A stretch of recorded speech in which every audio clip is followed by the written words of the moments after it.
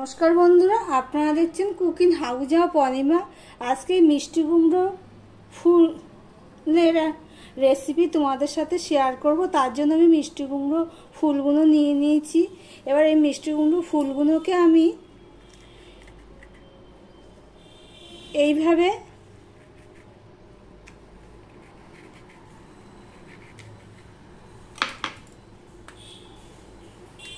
চাপ দিলেই দেখো ঠিক এটা আমি ফেলে দেব। আর এখানে যে এগুলো রয়েছে দিয়ে এইভাবে আমি সমস্ত মিষ্টিগুলো ফুলগুলো রেডি করে নেব। দেখো সমস্ত মিষ্টি কুমড়ো ফুলগুলো আমি কেটে ধুয়ে জল ঝরিয়ে নিয়েছি। এখানে একটা বাটি নিয়ে নিয়েছি। এবার আমি এখানে বেসন দিয়ে দিলাম এক বাটি। এই হাফ বাটি মতন আমি চালের গুঁড়ো দিয়ে দেবো। হাফ বাটি মতন চালের গুঁড়ো দিয়ে দিলাম। একটু কালো জিরে দিয়ে দিলাম আর স্বাদ অনুযায়ী নুন দিয়ে দিলাম। দিয়ে সম্পূর্ণ একটা ব্যাটার রেডি করে নেব। দেখো অল্প অল্প জল দিয়ে আমি এটা রেডি করে নিলাম। যেহেতু চালের গুঁড়ো দিয়েছি তাই জন্য একটুখানি 5-7 মিনিট আমি এটা রেখে দেব। দিয়ে কড়াই বসিয়ে দিয়েছি, কড়াইয়ে তেলও দিয়ে দিয়েছি, তেলটাও গরম হয়ে গেছে। আর এখানে তোমাদেরকে দেখানো হয়নি, বেকিং সোডা দিয়েছি। আর একটুখানি গরম তেল দিয়ে দেবো, সামান্য একটুখানি এই সাইডে দিয়ে দিলাম। এই গরম তেল দিলাম, বেকিং সোডা দিলাম। এবারে আমি এটা সম্পূর্ণটা মিশিয়ে নেব। এটা দিলে কি হবে, বড়াগুলো ক্রিস্পি হবে। দেখো সম্পূর্ণটা আমি মিশিয়ে নিলাম ভালো করে।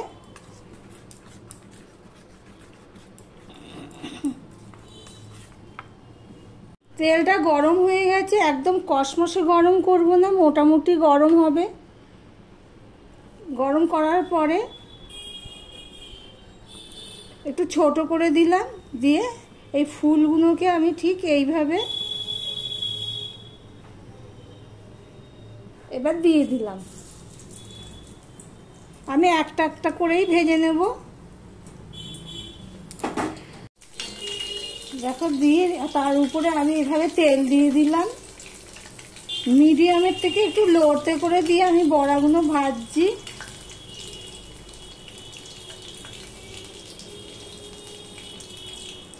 দেখো নিচটা হয়ে গেছে।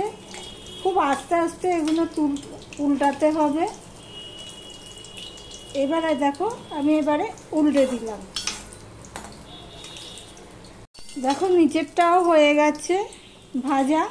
এবার আমি এটা তুলে নেব। এরকম তেলটা একটু ছেঁকে নিয়ে তুলে নেব। এইভাবে সমস্ত বড়াগুলো আমি ভেজে দেখো সমস্ত ফুলের বড়া আমার ভাজা হয়ে গেছে। এবার আরও একটা রেসিপি তোমাদের সাথে শেয়ার করব, দেখতে থাকো।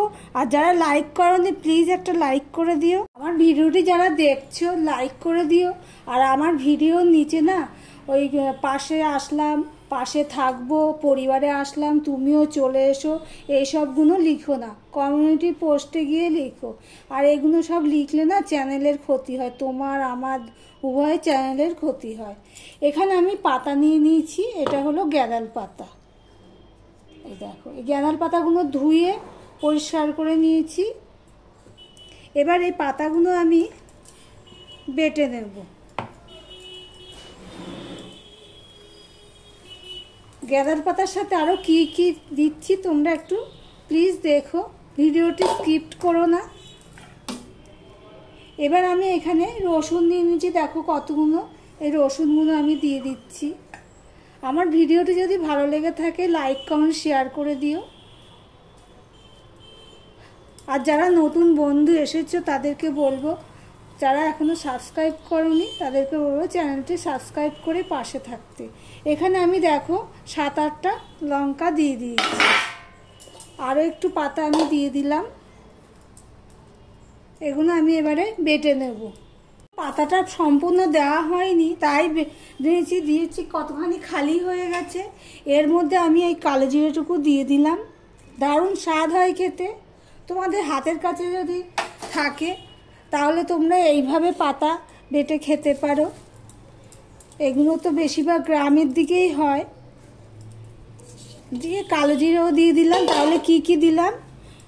রসুন দিলাম, কাঁচা লঙ্কা দিলাম, কালো জিরে দিলাম, দিয়ে সম্পূর্ণ পাতাটা আমি আবারও বেটে নিচ্ছি। এই কড়াইতে বড়াগুলো ভেজেছি, সেই কড়াইতে যা তেল আছে তাতে আমার পাতাটা বাটা হয়ে যাবে।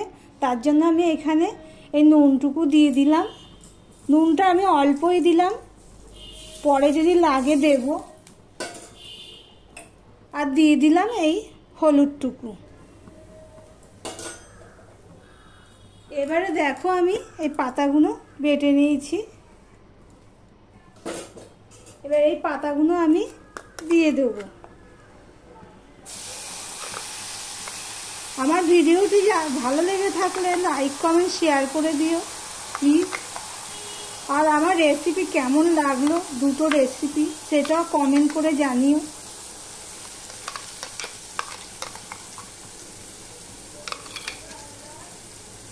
কালো জিরে, রসুন, কাঁচা লঙ্কা এগুলো দিয়েছি। রসুনটা একটু বেশি দিয়েছি। গ্যাঁদাল পাতা তো পেটের পক্ষে খুবই ভালো। আর আমি যেইভাবে বেটেছি, রসুন দিয়েছি, কালো জিরে দিয়েছি, এতে কি হয়, বাতের পক্ষেও ভালো। যাদের ব্যথা বেদনা থাকে তাদের যদি এইভাবে করে খায় তাহলে ভালো। এবার আমি এটাকে প্রথমে আমি একটু বড় করে দেব। এবার জলটা যে শুকিয়ে যাবে,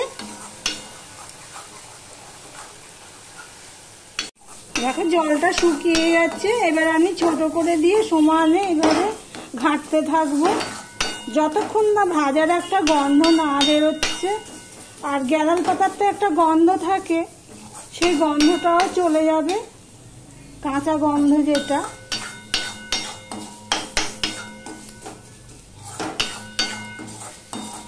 দেখো কাঁচা গন্ধ চলে গেছে, গ্যাঁদাল পাতা বাটা ভাজা হয়ে গেছে। তোমাদের একটু দেখাচ্ছি সামনে থেকে কেমন, যদিও থাম্বনেলে হবে। এই দেখো ঠিক এরকম হয়েছে। তাহলে ভিডিওটি আজকের মতো এখানেই শেষ করলাম। আবার অন্য কোনো রেসিপি নিয়ে চলে আসবো।